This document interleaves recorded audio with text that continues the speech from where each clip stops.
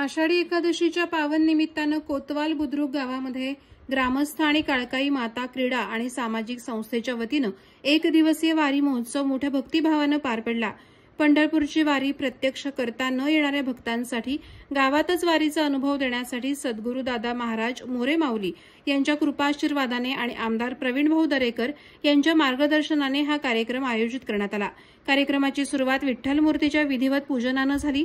त्यानंतर सचिन महाराज दरेकर यांच्या हरिकीर्तनातून वारीचं महत्त्व, पंढरपूरचा आध्यात्मिक ठेवा, एकादशीचं व्रत आणि सांप्रदायिक चिंतन यांचं सुंदर विवेचन झालं। संपूर्ण वातावरण भक्तिरसानं ओतप्रोत झालं होतं।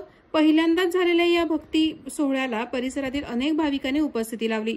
कार्यक्रमानंतर सर्व भाविकांसाठी फराळाचा सुंदर उपक्रमही राबवण्यात आला। या प्रसंगी बहुसंख्य ग्रामस्थ आणि मान्यवर उपस्थित होते।